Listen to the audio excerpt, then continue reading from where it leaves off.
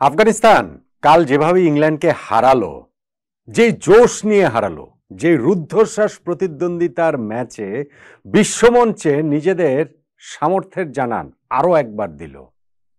তাদের পতাকাটা উঁচিয়ে ধরল উঁচু থেকে আরো উঁচুতে। সেটা দেখে বাংলাদেশের জন্য আরেক দফা আফসোস, হাহাকার, দুঃখ, কষ্ট লাগাটাই তো স্বাভাবিক। আফগানিস্তান আমাদের কত পরে শুরু করে কত তাড়াতাড়ি কত দূরে চলে যাচ্ছে, আমাদের ধরাছোঁয়ার বাইরে চলে যাচ্ছে। সাদা বলের ক্রিকেটে ওয়ানডে এবং টি-20-তে আমরা আফগানিস্তান থেকে পিছিয়ে আছি, অনেক অনেক অনেকখানি পিছিয়ে আছি। এইটা আমাদের স্বীকার করতেই হবে। কাল ইংল্যান্ডের বিপক্ষে আফগানিস্তান যেই পারফরমেন্সটা দিয়েছে, সেটা টিম পারফরমেন্সের কথা বলুন, সেটা তাদের ইন্ডিভিজুয়াল প্লেয়ারদের পারফরমেন্সের কথা বলুন, এর ধারে কাছেও কি কিছু আমরা আমাদের প্লেয়ারদের কাছ থেকে প্রত্যাশা করতে পারি? ধরেন আজকে পাকিস্তানের বিপক্ষে ম্যাচে বা ইন জেনারেল আমাদের ক্রিকেট অ্যাপ্রোচে আফগানিস্তান কি কি করেছে দেখেন। আমি জাস্ট একটু তুলনা করার জন্য বলছি।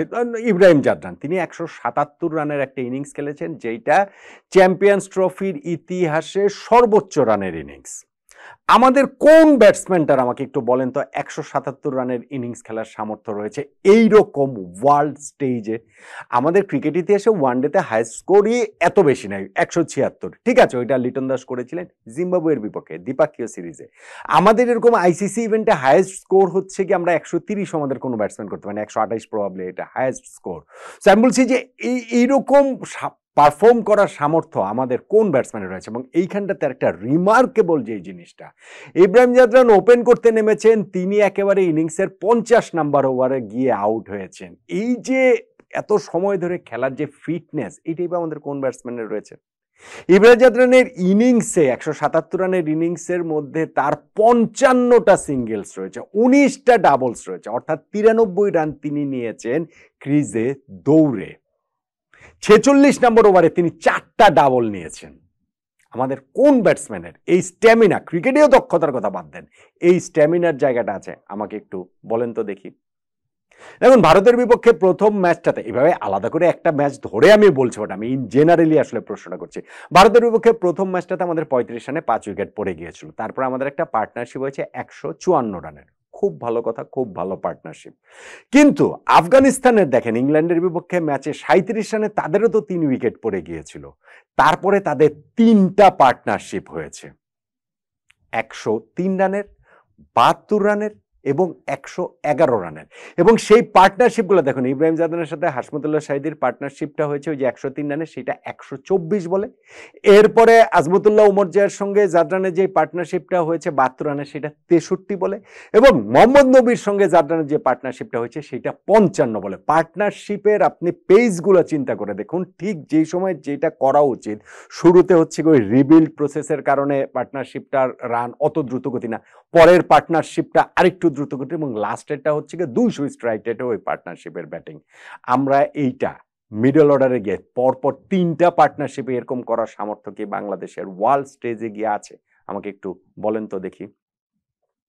আমাকে একটু বলেন যে আজমতুল্লাহ উমরজায়ের যে ক্লাচ পারফরমেন্সটা দিয়েছে, আমাদের এইরকম পারফর্মার কি আসলে আছে কিনা? ব্যাটিংয়ে নেমে তিনি 31 বলে 41 করেছেন, তারপরে বোলিংয়ে তিনি 5টা উইকেট পেয়েছেন। এবং কোন সময়ে তিনি উইকেটগুলো পেয়েছেন? শুরুতে ফিল সল্ট ভয়ঙ্কর বিস্ফোরক হয়ে উঠতে পারেন, তার উইকেটটা নিয়ে তিনি ব্রেক থ্রু দিয়েছেন।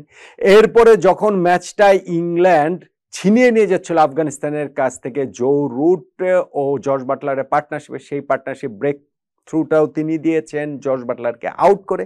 তারপরেও যখন জো রুট ওই মানে আবারও ম্যাচ জেতানোর পথে নিয়ে যাচ্ছেন, আরো একটা 50+ রানের পার্টনারশিপ হলো, সেঞ্চুরি করা জো রুটকে আউট করে কে ব্রেক থ্রুটা দিয়েছেন? সেই আজমতুল্লাহ উমরজাই।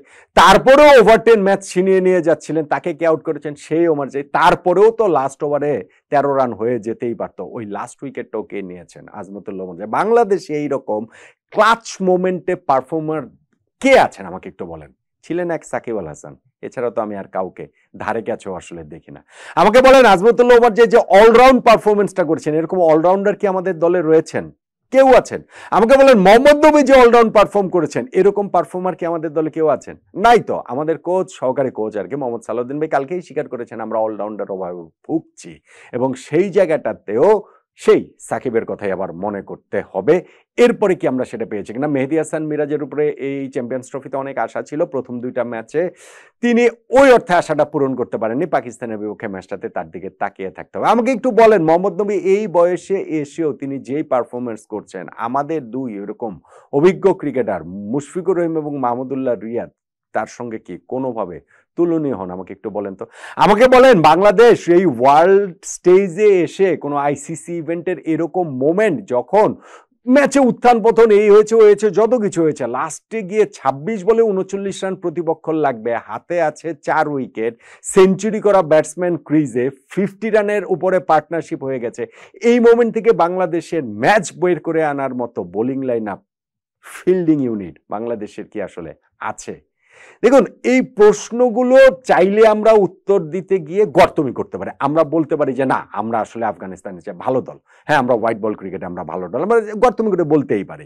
আমরা তো ওয়ানডে ওয়ার্ল্ড কাপে আফগানিস্তানকে হারিয়েছি, এটা সেই হিসেবে আপনি বলতে, ভাই ওয়ানডে ওয়ার্ল্ড কাপে আফগানিস্তানকে যে বাংলাদেশ হারিয়েছে সেইটা শেষ পর্যন্ত ওই ওয়ার্ল্ড কাপ শেষে অঘটন হিসাবে প্রমাণিত হয়েছে। কেননা ওই ওয়ার্ল্ড কাপে আমরা হাতড়ে পাছড়ে আরেকটা ম্যাচ শ্রীলঙ্কার বিপক্ষে জিতেছি, সেইটাও নানান রকম কিছু করে, নানান বিতর্ক পেরিয়ে, এই যে টাইম আউটে ছল চাতুরি টাতুরি সবকিছু মিলিয়ে ওই জিনিসগুলো হয়েছে। আর আফগানিস্তান ওই ওয়ার্ল্ড কাপে এরপরে ইংল্যান্ডকে হারিয়েছে, পাকিস্তানকে হারিয়েছে, শ্রীলঙ্কাকে হারিয়েছে, সেমিফাইনালটা তারা প্রায় খেলেই ফেলেছিল, যদি না অস্ট্রেলিয়ার গ্লেন ম্যাক্সওয়েল ওই দিন ওই রকম অতিমানবীয় ডাবল সেঞ্চুরিটা করতেন। টি-20 ওয়ার্ল্ড কাপে আফগানিস্তান সেমিফাইনাল পর্যন্ত উঠেই গিয়েছে, তারপরে গিয়ে এইবারের এই চ্যাম্পিয়ন্স ট্রফিতেও দেখেন সেমিফাইনালে খেলার একটা রিয়েলিস্টিক চান্স তারা তৈরি করেছে। কিছুদিন আগে আমরা যে দ্বিপাক্ষিক সিরিজ ওয়ানডেতে খেলেছি সেইখানে আফগানিস্তান আমাদের বিপক্ষে জিতেছে, টি-20 ওয়ার্ল্ড কাপে আফগানিস্তান আমাদেরকে হারিয়েছে এবং সেইখানটাতে তো আমরা আফগানিস্তানের বিপক্ষে কোনো মতে একটা জয়ের টার্গেট নিয়েছিলাম। সেমিফাইনাল চেস করার সাহসটাই আমরা দেখাতে পারিনি, ন্যূনতম সাহসটাও দেখাতে পারিনি। ওই যে মাহমুদুল্লাহ রিয়াদ গিয়ে যে 5টা বল টক টক টক করে যে আর কি ডিফেন্ড করলেন। সো এরপরেও যদি আমরা বলি হ্যাঁ আমরা রেড বল ক্রিকেট আফগানিস্তানের চেয়ে ভালো কিনা সেটা নিয়ে প্রশ্ন উঠতে পারে, কেননা আফগানিস্তান টেস্ট ক্রিকেট খুব বেশি রেগুলার খেলে না, খুব রেগুলার যদি খেলে তাহলে আফগানিস্তান ওই জায়গাটাতেও আমাদেরকে অবশ্যই অবশ্যই ছাড়িয়ে যাওয়ার সামর্থ্য রাখে।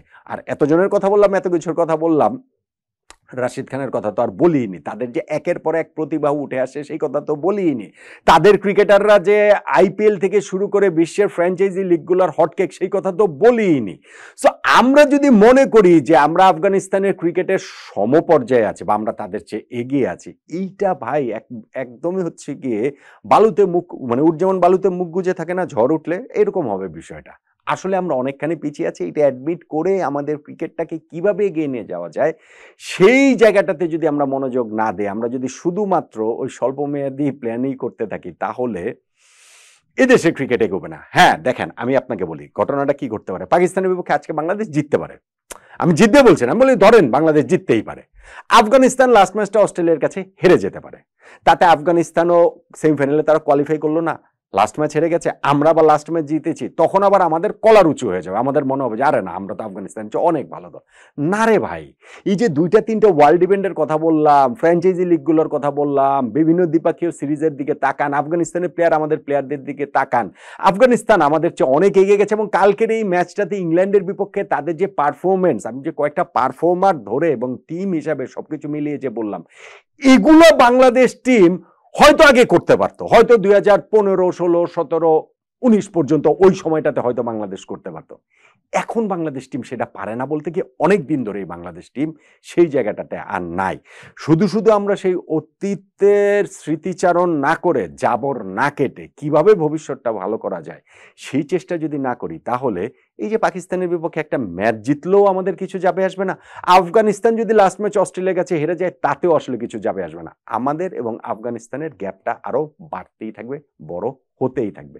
সো বাংলাদেশ টিমকে এখন আসলে সত্যিকার অর্থে সোল সার্চ করতে হবে যে আসলে আমাদের সমস্যাটা কোথায়। সেই শেকড়ে না গিয়ে যদি আমরা গাছের উপরে পানি ঢালতে থাকি, কখনো কখনো সেইটাতে একটু ফল দিলেও দিতে পারে, কিন্তু আলটিমেটলি গিয়ে সেই গাছটা মরেই যাবে, সেই গাছটাতে আর খুব একটা ফল ফুল ধরবে না। আফগানিস্তানের সঙ্গে আমাদের দূরত্বটা, আমাদেরকে ছাড়িয়ে আফগানিস্তান অনেক অনেক অনেক দূর এগিয়ে যাবে। আমাদের সেই ঘুরে দাঁড়ানোর শুরুটা আমি পাকিস্তানের বিপক্ষে ম্যাচে আমি বলবো না, আমি বলবো এরপরে বাংলাদেশ ক্রিকেট বোর্ড, নীতি নির্ধারক, selection panel, board president, directors, coach, captain, senior players, তারা সবাই মিলে যদি একটা বাংলাদেশ ক্রিকেটকে এখন নতুন একটা ডিরেকশনের দিকে না নিয়ে যেতে পারেন, তাহলে এই আফগানিস্তানের সঙ্গে বাংলাদেশের ব্যবধান ক্রমশ বাড়বে, আরো বেশি করে বাড়তেই থাকবে। সামনের আইসিসির ইভেন্টগুলোতে সেইটা আরো প্রকট উৎকট আকারে আমাদের সামনে হাজির হবে। আমরা কি সেটাই চাই? বলেন তো দেখি।